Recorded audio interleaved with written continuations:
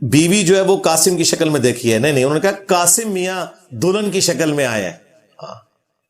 جو پوری دیہڑی سوچتے ہیں نا وہی کوئی خواب ہی نظر آتا ہے. دیہڑی اسی لٹاؤ گے تو پھر یہی کچھ خواب ہی نظر آئے گا نا تمہوں. اچھا, اب یہ جب ویڈیوز اپلوڈ ہوتی ہے نا, مفتی کہتے ہیں دیکھیں نہیں سامنے مسکرے بیٹھے ہوئے ہنس رہے. اوے مسکرے تو تمہارے مولوی آئے ہیں, کام تمہارے ابے ڈال کے گئے ہیں, ایک دوسرے کے ساتھ منہ کالا کرتے رہے ہیں, گلے مجھے کرتے ہو. اور لکھا تمہارے تھانوی نے ہے, میں نے لکھا ہے, یا میں نے ہونا کہ گن پوائنٹ پہ میں نے لٹایا ہو کہ لیٹ ہو تو ایسے نال ہوئے تاکہ میں تیری ویڈیو بناواں پھر میں دو بندیاں نو ساڑاں گا. وہ پٹو اپنے بابیاں نو یار. لوگ تو اپنی اولاد کی وجہ سے منہ چھپاتے ہیں نا کہ ہماری اولاد خراب نکلی, اور تم ایسے بدبخت ہو اپنے بابوں کی وجہ سے منہ چھپاتے پھرتے ہو کہ ساڑھے ابے کس طرح سے نکلے نے. پٹو انہوں نے جا کے.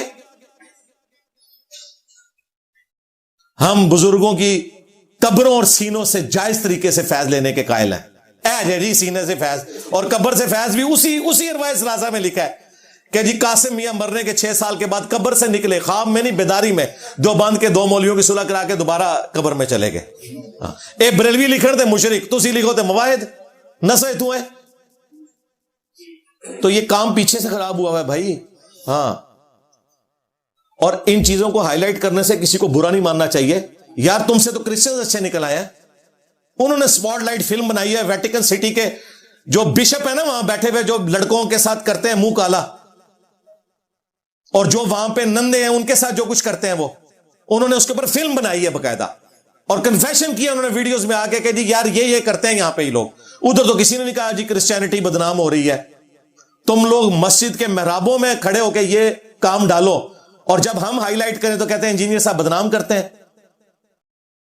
سپاٹ لائٹ فلم بنائی ہے. ادھر کئی سال پہلے حسب حال پروگرام ہے نا دنیا ٹی وی کا, اس میں انہوں نے نا ایک خبر ڈسکس کی کہ دنیا میں بے حیائی کے اوپر مبنی سب سے زیادہ سائٹس پاکستان میں کھولی جاتی ہیں. جی اسلام کا قلعہ تو مار گیا, اور اس میں بھی فیصلہ آباد پہلے نمبر پہ. جی اے خبر انہوں نے پڑھی, انہوں نے کہا دیکھیں یہ کتنی سازش ہو رہی ہے پاکستان کا اسلامی تشخص پامال کر. اللہ دے بندے کام ہی پٹھے کر دو, تو انہوں نے گورے نے تہاڈی شکل تو انہوں نے دکھائی ہے. اس طرف تو یہ قوم جاتی نہیں کہ ہم اپنی اصلاح کریں. جی مدارس کو بدنام کر رہے ہیں. بدنام کیا ہے آپ لوگ یار, اللہ کے بندو, آپ نے اللہ رسول کو بدنام کروا دیا ہے.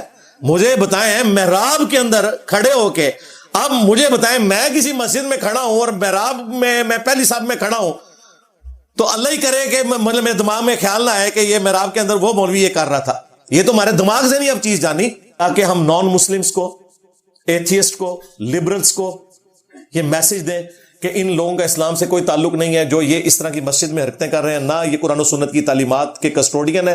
ہم انہیں خود ڈسون کرتے ہیں, ان کو نہیں, ان کے سارے بڑوں کو بھی ڈسون کرتے ہیں. لے جاؤ بابے, میرے نبی صاحب ہے ہی کوئی نہیں, تیرے بابے تھے شاہی کوئی نہیں. تو یہ مجبوری ہے ہماری. اب پتہ چلا بابے مارنے کیوں ضروری ہے. ہاں ایل جی بی ٹی پہ بولنا ہے تو بابے مارنے پڑیں گے. ہاں ہومو سیکچوالٹی کے خلاف بولنا ہے تو بزرگان دین نے جو ایک دوسرے کو لٹایا اسے کنڈیم کرنا پڑے گا. ہاں جو مفتی مدارس میں کرتے ہیں اسے آپ کو غلط کہنا پڑے گا. ادروائز آپ لوگ یہ بات آج کے اس ماڈرن دور میں نہیں کر سکتے. آپ پرانے زمانے میں آپ اس قسم کی گیم چلا سکتے تھے کہ جی جڑا ہے وہ تیرا کتا تے ساڈا کتا ٹومی. ہاں نہ ہن سارے ہی کتے ہو جان گے. بالکل ٹومی والی گل ہی کو نہیں رہی, ہو سارے ہی کتے نے. اس کے بغیر چارہ نہیں میرے بھائی. یہاں پہ اس طرح کا کوئی عمل ہو تو کہتے ہیں جی وہ جی اسلام کی بدنامی. اسلام کی نہیں بدنامی ہوئی بھائی, اسلام کو بچائیں, ان کو بلی چڑھائیں.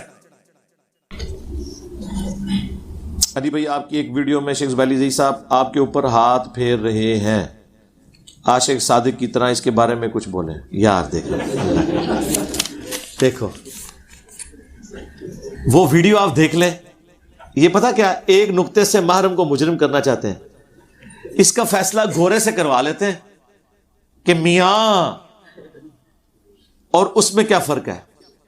وہ میرے ساتھ کھڑے ہوئے ہیں, میرے کندھے پہ انہوں نے ہاتھ رکھا ہے. یہ وہ سارے اعمال ہیں جو سنت اعمال ہیں. اس کو اور ساتھ لٹا کے کروٹ اس کی طرف کر کے اور سینے میں پھیرنا, جبکہ اگلے کو بھی پتا چل جائے کس نیت سے پھیر رہا ہے, اور وہ چیخے کہ میاں. ان دو چیزوں کو آپ برابر کر رہے ہیں تو پھر آپ اپنی عقل کا ماتم کروائیں. تو ٹھیک ہے آپ کرتے رہے میرے بھائی, ہم دیکھیں ہم تو کوئی چیز بھی سینسر نہیں, جو آپ لکھ کے بھیجتے ہیں ہم بیان کر دیتے ہیں. تو آپ اس طرح کریں, اپنے گھر میں سے کسی فیمیل کو, اپنی سسٹر کو, اپنی بیوی کو یا اپنی والدہ کو یہ دونوں واقعات بتا دیں اور ان کو کہیں کہ ہاں یہ دونوں ایک انٹینسٹی کے واقعات ہیں یا ایک جیسے واقعات ہیں. وہ تو میں نے خود آپ کو ایک حدیث بیان کی تھی کہ جابر بن عبداللہ رضی اللہ تعالیٰ عنہ کو, صحیح مسلم میں 2950 نمبر حدیث ہے, جب امام محمد باقر بن علی بن حسین, امام حسین علیہ السلام کے پوتے, زین العابدین کے بیٹے, ملنے گئے تو انہوں نے ان کے گریبان کے بٹن کھول کے اس سینے پہ ہاتھ رکھ کے کہا کہ اے میرے نبی کے بچے. وہ نبینا ہو چکے تھے تو وہ حضور کی خوشبو محسوس کر رہے تھے اس سے کہ تو مجھ سے جو بھی سوال پوچھے گا میں تجھے بتاؤں گا. پھر لمبی حدیث شروع ہوتی ہے, وہ حضور کا حج کا طریقہ پوچھتے ہیں تو جابر بن عبداللہ وہ بیان کرتے ہیں. تو اس طرح اظہار محبت کے لیے اس طرح کا معاملہ ہونا اور ہے. بعض لوگوں نے اس واقعے کو قاسم نوتوی کو بچانے کے لیے پیش کیا, یار قاسم نوتوی کو رشید احمد گنگوئی نے ساتھ لٹایا ہے اور پھر اس کی طرف کروٹ بھی کی ہے, انہیں چیکاں بھی ماری ہیں نے, اس کے بعد خواب میں دلہن کی شکل میں بھی دیکھا ہے. حسن زن رکھو جنہ رکھنا جائے, تھوڑے حسن زن ہوتے کوئی پابندی نہیں, ٹھیک ہے نا جی. تو ویسے مال بھائی میں آپ کو مشورہ دوں گا, اب آپ نا فون کر کے نہ لوگ سے کہیں گے مولانا ایک مسئلہ ہے کہ کیا کوئی استاد اپنے شاگرد کو مدرسے میں سب لوگوں کے سامنے چارپائی پہ لٹا کے اس کے سینے پہ ہاتھ پھیرے اور کروٹ کر کے اس کی طرف لیٹے اور وہ شاگرد آگے سے چیخے مار رہا ہو, تو مولانا اس پہ کوئی آیت ہے قرآن کی, کوئی حدیث ہے؟ ٹھیک ہے یہ پوچھا کریں. ہاں تو اگر وہ تپ جائیں تو اس کا مطلب یہ ہوگا کہ وہ بھی سمجھ رہے ہیں کہ کام غلط ہوا ہے. اور اگر وہ کہیں کہ ہاں حدیث شریف کی جو سب سے معتبر کتاب ہے قرآن کے بعد ارواح ثلاثہ, ہاں اس میں لکھا ہوا ہے کہ قاسم نانوتوی رضی اللہ تعالیٰ عنہ کو رشید احمد گنگوئی رضی اللہ تعالیٰ عنہ نے اتنے سارے رضی اللہ عنہ کے سامنے یہ کیا تھا اور انہوں نے چیخیں ماری تھی. اور یہ رضی اللہ عنہ میں اس لیے کہہ رہا ہوں کہ انہوں نے علماء دیوبند کو رضی اللہ عنہم لکھا ہوا ہے المہند المفند میں. یہ او والا رضی اللہ عنہ ہے, یہ صحابہ کرام والا رضی اللہ عنہ نہیں ہے. سوال پوچھے تب جاتے ہیں. پہلے ہی کہتے تھے کہ انجینئر سے نہ مسئلہ پوچھو, علماء سے پوچھو. علماء سے کو پوچھتا ہے آگے سے غصہ کھا جاتا ہے. کیا کرے؟ اچھا یہ غصہ پتہ کیوں کھاتے ہیں؟ ان کو جواب نہیں آتا, غصہ کھا کے بلی مار دیتے ہیں, آندھا کو پوچھے ہی نہ. یہ ہوتی ہے ریزن. یا دوسرا حال ہوتا ہے آپ کو علماء سے بات کرنے کی تمیز نہیں ہے. یہ جملہ تو آپ کسی بھی وقت کسی بھی موقع پہ کسی کے لیے بھی بول سکتے ہیں کہ آپ کو بات کرنے کی تمیز نہیں ہے. اس کا حل میں آپ کو بتاتا ہوں. اس کا حل یہ ہے کہ یہ سارے سوالات نہ کسی ادھیڑ عمر کے بندے جس کی داڑھی سفید ہو, تھوڑا چندے چندے دینے والا ہو, جس کو مولوی یہ بھی نہ کہہ سکے کہ آپ کو بات کرنے کی تمیز نہیں ہے, کیونکہ چار بندے ساتھ کھڑے ہو کے کہنے گے شرم کر تیرے پیو دی عمر ہے. ایسے بابے ان کے اوپر مسلط کرے, بابوں کے ماننے والوں پر بابے مسلط کرے.